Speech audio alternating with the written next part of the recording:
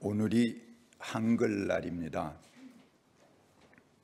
저는 이 한글이라는 선물이 얼마나 소중한가 아무리 강조해도 참 지나치지 않는다고 생각합니다.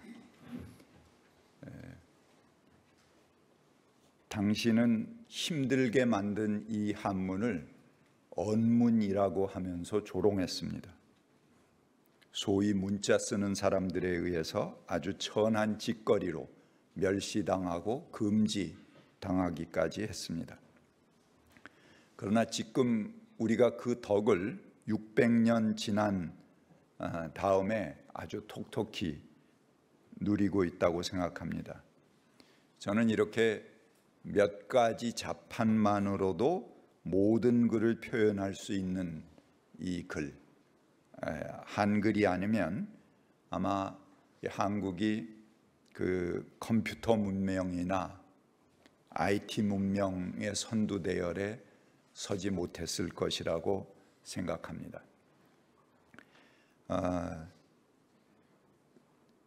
이 뜻으로 표기하던 문자를 음성, 소리 나는 대로 표기했다. 굉장한 혁명이죠.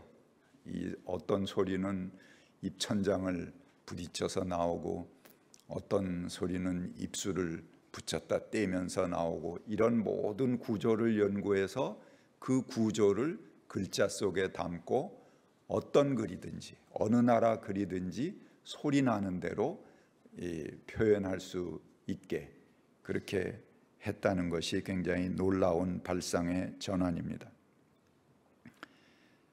그래서 그 한글 때문에 사실은 우리가 IT 문명이라든가 이 컴퓨터 문명이라든가 이런 데 굉장히 앞서갈 수 있는 아주 중요한 토대가 되었다라고 생각이 됩니다. 또 그분을 통해서 한글만이 아니고 우리 음악이 표준화되었습니다. 이 국악 정악보를 만들고 이 모든 음악을 표준화한 것이 또 세종대왕이기도 합니다. 그런데 매일 눈 뜨면 우리 주변에 이 세종대왕이 통탄할 일들이 많이 벌어지고 있죠. 한반도 깊숙이 그것도 독도 근처에서 한미일 합동 군사훈련을 합니다. 전에는 군사훈련을 하더라도 제주도 남쪽 저 먼 곳에서 했거든요. 그것도 한국과 미국이 하거나 한국과 일본하고도 이제 더러 참여해서 하고 그렇게 했죠. 예. 많이 좋으신가 보네요.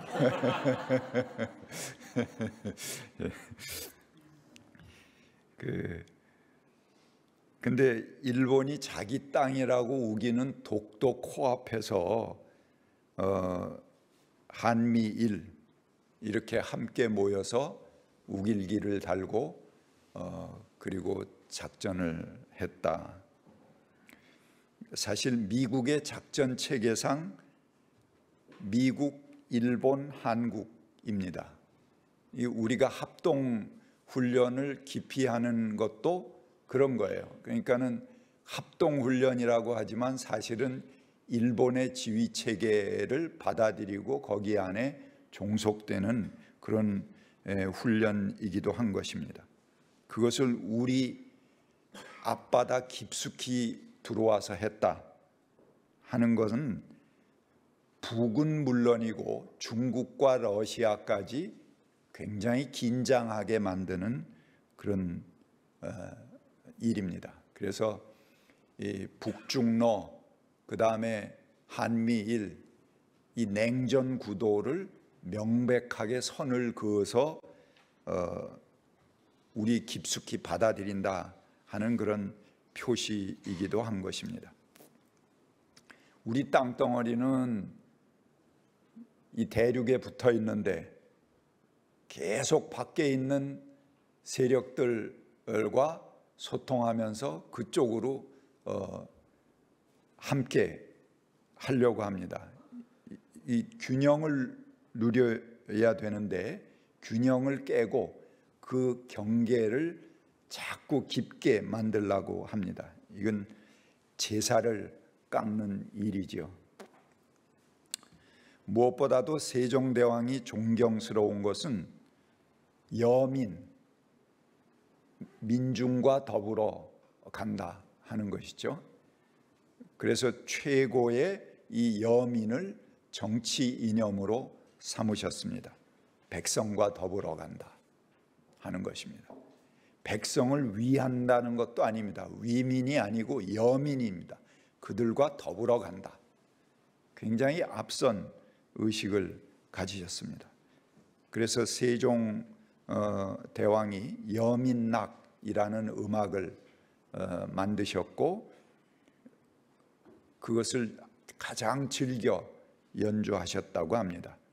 여민락이라는 것은 백성들과 더불어 즐긴다 하는 것이죠. 그래서 그분은 항상 백성들과 더불어 즐기는 세상을 꿈꾸고 그걸 이상으로 삼으셨습니다.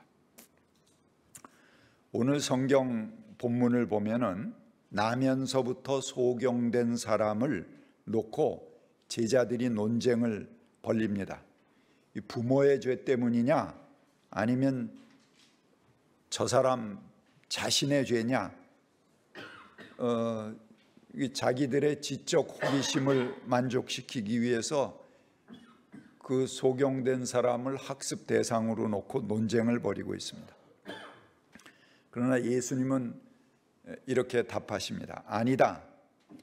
하나님께서 하시는 일을 그에게서 드러내기 위해서 한 것이다. 위해서이다 라고 말씀하십니다.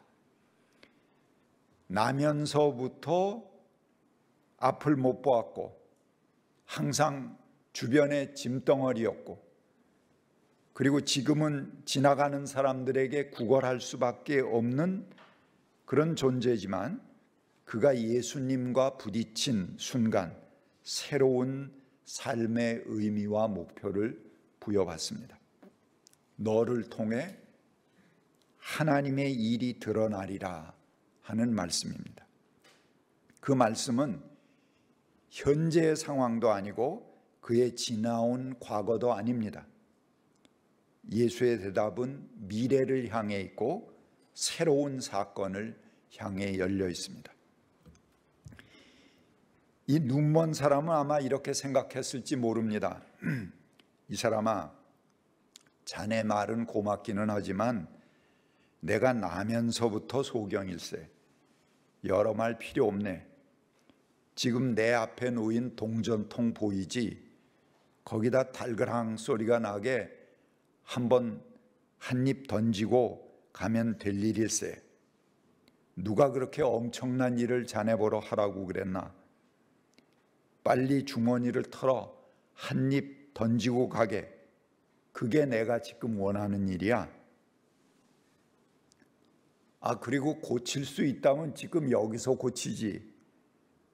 뭐 진흙을 개바르고 실로한 못가에 가서 씻으라고 그러나 거렁뱅이도 다 때가 있네.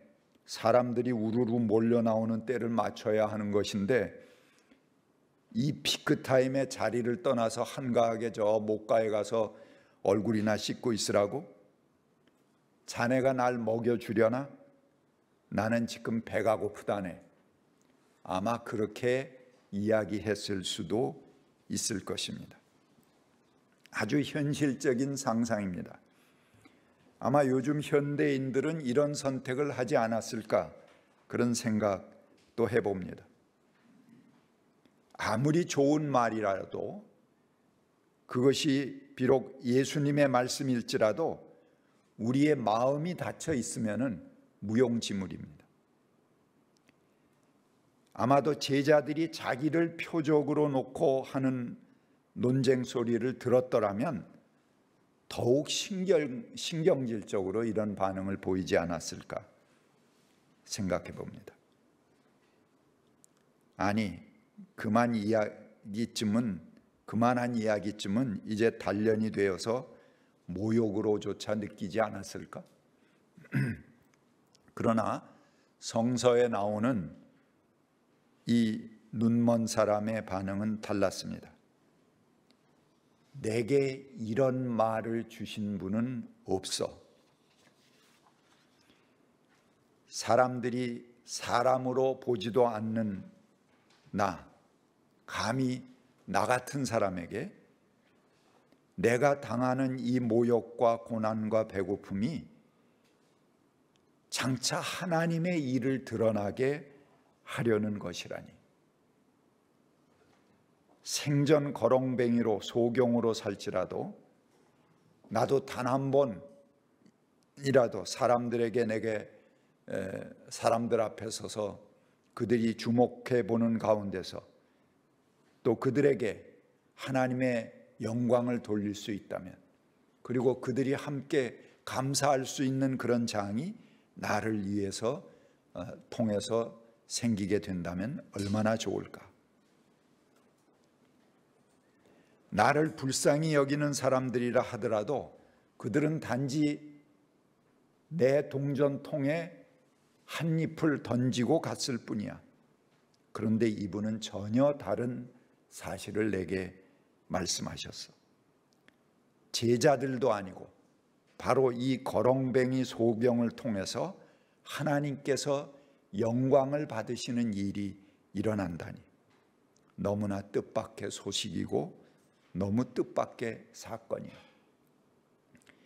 이 하나님이 영광을 받으신다는 것은 놀라운 일입니다. 여러분, 우리 크리스찬의 제1의 목적이 무엇입니까? 신앙 교리 제1조에 나오는 것입니다. 하나님께 영광을 돌리는 것입니다. 우리가 존재하는 이유가 하나님께 영광을 돌릴 수 있다면, 그것이 아주 조그만 영광이라도 나를 통해 그 영광이 하나님께 돌아갈 수 있다면 우리는 우리의 몫을 다한 것입니다. 그는 실로암 물가로 가서 씻으라는 주님의 말씀을 아주 순진하게 따랐습니다. 대부분 우리에게 결정적인 말씀이, 아주 기적이 임하더라도 우리는 받아들이지 못합니다. 우리의 마음밭이 그렇습니다. 그냥 그것들이 주변을 스치고 지나가게 수많은 기회를 우리들은 놓쳤습니다. 못가로 나아가 자기 눈을 씻는 그 순진한 믿음, 그 믿음이 그에게 새로운 사건을 가져다 주었습니다. 이 눈먼 사람은 예수의 말씀을 듣고 믿었습니다. 그리고 그것을 몸으로 실행했습니다. 그 다음에 그의 입으로 고백하고 사람들 앞에 증언했습니다. 이 사람은 마음이 열려 있는 사람이고 놀라운 믿음을 가진 사람입니다. 그는 영적으로 비어 있는 사람이고 새 것을 받아들일 준비가 돼 있는 사람이었습니다. 반면 소위 눈 뜬 사람들의 행적을 한번 봅시다. 그들은 이 사건을 놓고 예수를 평가합니다. 안식일 날 일했지, 법을 어겼네, 그러니 저 사람은 하나님에게서 온 사람일 리가 없어, 그는 죄인이야, 이런 순서로 나갔습니다. 지금 평생 눈 멀어 있던 사람이 눈 뜬 사건을 이들은 눈 뜨고도 보지 못합니다. 자기들 눈앞에서 한 사람이 평생의 전환이 이루어졌는데 그들은 그것을 보지 못하는 것입니다. 자신들의 머리에 갇혀서 오히려 기분 나빠하고 흠집을 내려고 노력합니다. 이들은 지금 하나님의 역사와 맞서는 일을 하고 있습니다. 그래서 마침내는 저 눈뜬 사실은 사기야, 거짓이야, 그렇게 믿었습니다.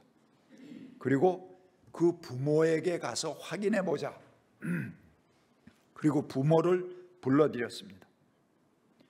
부모는 그들의 의도를 눈치 빠르게 알아채고 본인에게 확인해라 그렇게 밀어버렸습니다. 이들은 영광을 하나님께 돌려라, 그는 죄인이다 라면서 압박을 가합니다. 죄인이라는 것을 인정하라고 본인에게 다그치는 거죠. 하지만 그 소경은 여러 사람들 앞에 그가 그 분위기를 눈치챘지만 담대하게 외칩니다. 그가 죄인인지 아닌지는 모른다. 그러나 다만 한 가지 내가 아는 것은 내가 눈이 멀었다가 지금 보게 되었다는 것이다. 그는 마음을 열었고 이제 입을 열었습니다. 그래서 고백하고 사람들 앞에 증언하기 시작했습니다. 그가 새로운 방향으로 움직이기 시작했습니다. 놀라운 기적이 일어났는데 이를 통해서 눈뜬 사람이 생긴 반면에 또 한편으론 동시에 눈은 떠 있으나 보지 못하는 사람들이 생겨났습니다.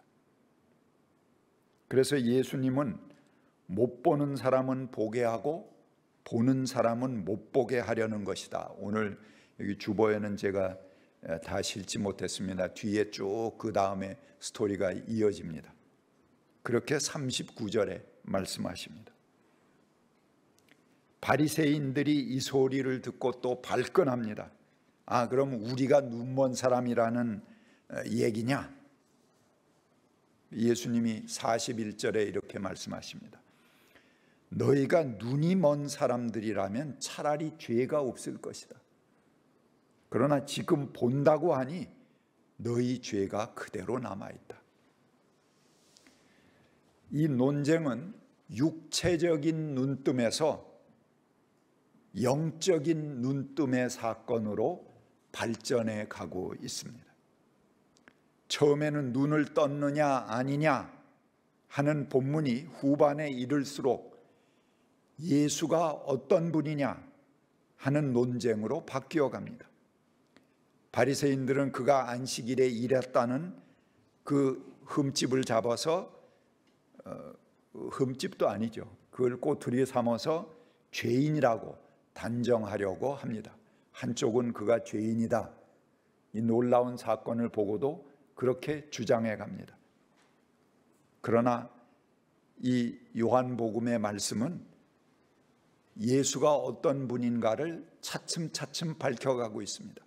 17절에는 그는 예언자시다 이렇게 고백합니다.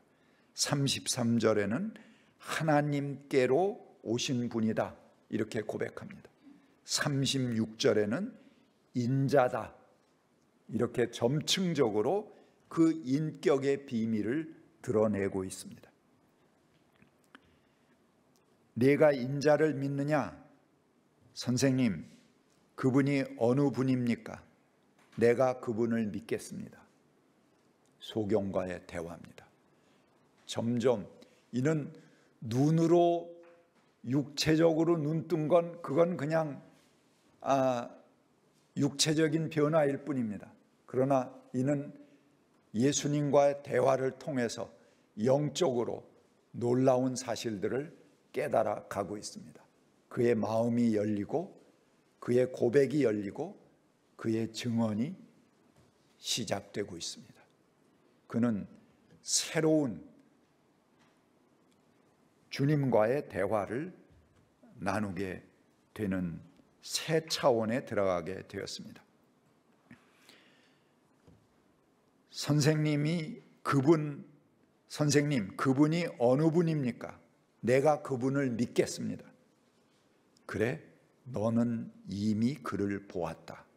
너와 말하고 있는 사람이 바로 그이다. 주님, 내가 주님을 믿습니다. 라는 고백으로 발전해 갑니다.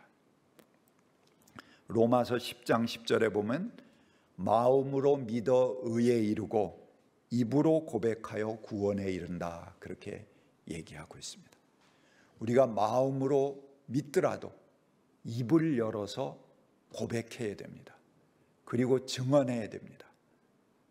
만약에 그런 증언이 우리에게 사라진다면 우리는 마음에 그냥 품고 사라지는 그런 열매 맺지 못하는 나무가 될 것입니다. 예수의 결정적인 인격이 드러나는 순간입니다.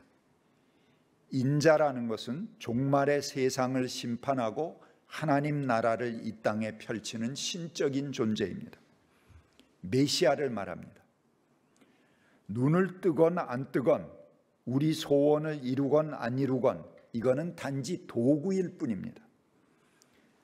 우리가 그분을 어떻게 보고 우리 삶의 중심을 그에게 옮기느냐 하는 것이 중요합니다.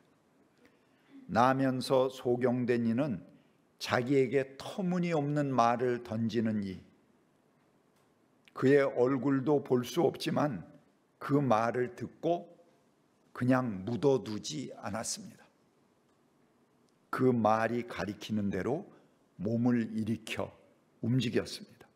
그 결과 그의 몸이 반응했고 그의 주변이 변화되기 시작한 사건의 보도입니다. 지지난주에 우리 교회는 새로운 지도자 3분을 선출했습니다. 그것도 단 한 번의 선거에서 3분 모두가 선출되는 그런 기적과 같은 일이 일어났습니다. 제가 목회 40년이 지났는데요. 이렇게 3분이 첫 번 선거에서 몽땅 당선된 일은 한 번도 없었습니다. 그야말로 이 기적과 같은 일입니다. 3분의 2의 지지를 아무 이프보 없이 얻는다는 것도 사실은 굉장히 놀라운 기적입니다. 이 장로 선거라는 것이 그리 쉽지 않은 것입니다. 많은 사람들의 존경을 받고 그들이 인정할 때, 그것도 암암리에 누가 내가 후보요 이렇게 하지도 않았는데 마음으로 이심전심 통해서 그분이 딱 된다. 이건 놀라운 일이죠. 그런데 하물며 3분 이번에 합니다 그러고 작정을 했는데 한꺼번에 한 번의 선거에서 3분이 모두 당선됐다. 이거는 기적과 같은 일입니다. 물론 이 3분이 전부 개인적으로 훌륭한 분이어서이기도 하지만 그것은 우리 교우들이 앞으로 이제 한 방향으로 나아갈 수 있는 토대가 되었다 하는 중요한 지표이기도 합니다. 우리가 마음을 모아서 한 곳으로 힘차게 나아갈 수 있다는 강력한 신호이기도 한 것입니다. 제가 다시 이 강남 향림교회 재차 부임해 왔을 때 여러 가지 답답한 일들이 많이 있었습니다. 교세가 너무 줄어들어서 교회가 아무것도 할 수 없는 상태였습니다. 재정은 매년 적자가 나서 연말에 따로 출염을 해야 됐습니다. 교인들의 마음은 갈라져 있었습니다. 건물은 가지게 되었지만 예배 공간조차 없었습니다. 여러 가지 소송에 연루되어서 재판정을 들락거려야 했습니다. 그래서 그 문제를 다 해결하고 교회당을 리모델링 해놨는데 덜컹 코로나가 터졌습니다. 사람들 오지 말래네. 그러나 하나님의 도우심으로 코로나 와중에도 새롭게 많은 교우들이 우리 교회를 찾을 수 있게 되었습니다. 그만큼 교회에 여유가 생겼습니다. 그만큼 교회에 힘이 생겼습니다. 지금은 재정에 걱정이 없습니다. 교회 지출 구조는 대폭 줄였고 그 이상으로 선교 예산은 더욱 늘렸습니다. 교회가 꼭 써야 할 일들, 주변의 시민단체들이 함께 힘을 얻어가고 있습니다. 이제 선교하는 교회를 최우선으로 삼은 강남향림교회가 주변의 역할을 할 수 있게 되었습니다. 그 중에 세 분의 새로운 지도자를 선출했으니 이제 금상첨화입니다. 그러나 강남향림교회는 처음 우리가 가졌던 그런 교세를 다시 회복해야 됩니다. 출석교인이 한 100명까지는 되어야 우리 역할을 감당해 낼 수 있습니다. 우리의 가족들과 주변에 가까운 사람들에게 마음을 열고 입을 여는 단계가 와야 됩니다. 그래서 여러분들이 교회를 자랑스럽게 생각하고 초청할 수 있어야 합니다. 그것이 가능할까? 가능합니다. 그러나 우리 모두가 참여해야지 목사나 몇몇 사람만 교회를 위해 뛰어다닌다고 이룰 수 있는 일은 아닙니다.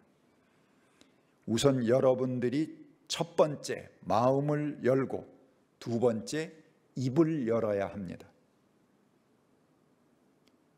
교회를 자랑스럽게 여기고 주변에 인도할 수 있는 사람들을 찾아서 공을 들이시기 바랍니다. 교회는 그리스도의 몸입니다. 우리들은 그 지체이고요. 지체라는 것은 몸을 이루는 주인들입니다. 구경꾼은 여기 잘하나 보자, 그야말로 예배 보는 사람입니다. 그러나 우리는 지체의 일부가 되어서 함께 참여하는 주인들입니다. 한 가지씩 짐을 나누어지고 그리스도의 몸을 세우는 주체들이 되어야 합니다.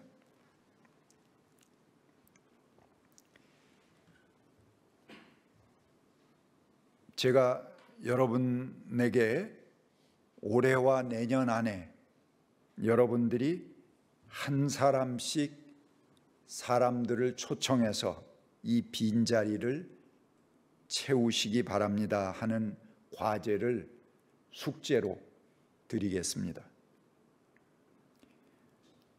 목사님 그렇게 늘 목사들이 하는 진부한 이야기를 하시나 우리 교회는 그런 얘기 별로 안 하잖아요.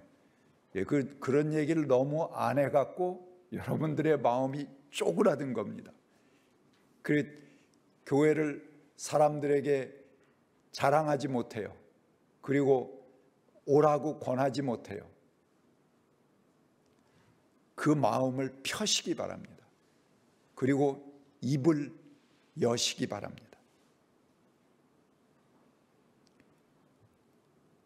제가 말년에 편하게 가려고 하지 않고 도전적으로 이 교회를 회복하고자 하는 것에 대해서 여러분들이 불평하지 말고 감사하셔야 됩니다. 저는 그냥 아주 이지고잉 할 수 있습니다. 편하게 그냥 이렇게 시간 보내다가 제가 은퇴할 수 있어요. 그러나 지금 하지 않으면 이 강남향림교회가 처음 가졌던 그 힘을 얻기 힘들다. 제가 이렇게 판단하기 때문에 여러분들에게 도전하는 것입니다. 이렇게 여러분에게 과제를 드리는 거 처음이죠. 제가 제 목회상에도 처음입니다. 그러나 지금이 꼭 강남향림교회에게 아주 중요한 때이기 때문에 그렇습니다. 지금 이 때를 놓치면은 그런 기회를 다시 갖기 어려울 수 있습니다.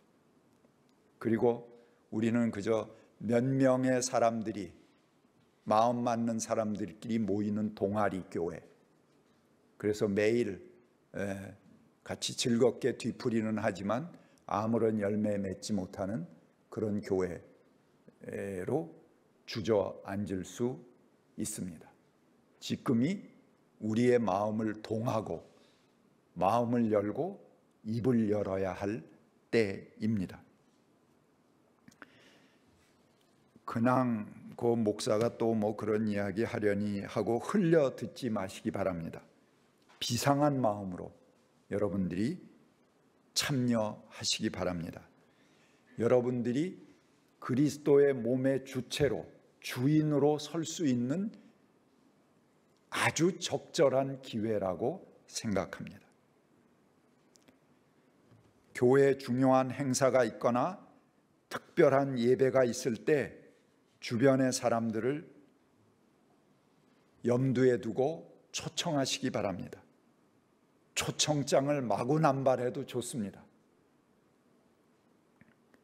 목표를 정하고 기도하시기 바랍니다. 그리고 크리스찬으로서의 삶에 나도 열매 맺는 크리스찬이 되시길 바랍니다. 새로운 사건은 그 사건을 믿고 받아들이는 사람들에 의해서 현실이 되는 것입니다. 눈이 멀었으면 눈이 먼 채로 하나님의 일을 드러나게 할 것이요, 눈이 열린 사람은 마음을 열고 입도 열어서 하나님의 일이 드러나게 해야 할 것입니다. 같이 기도하겠습니다.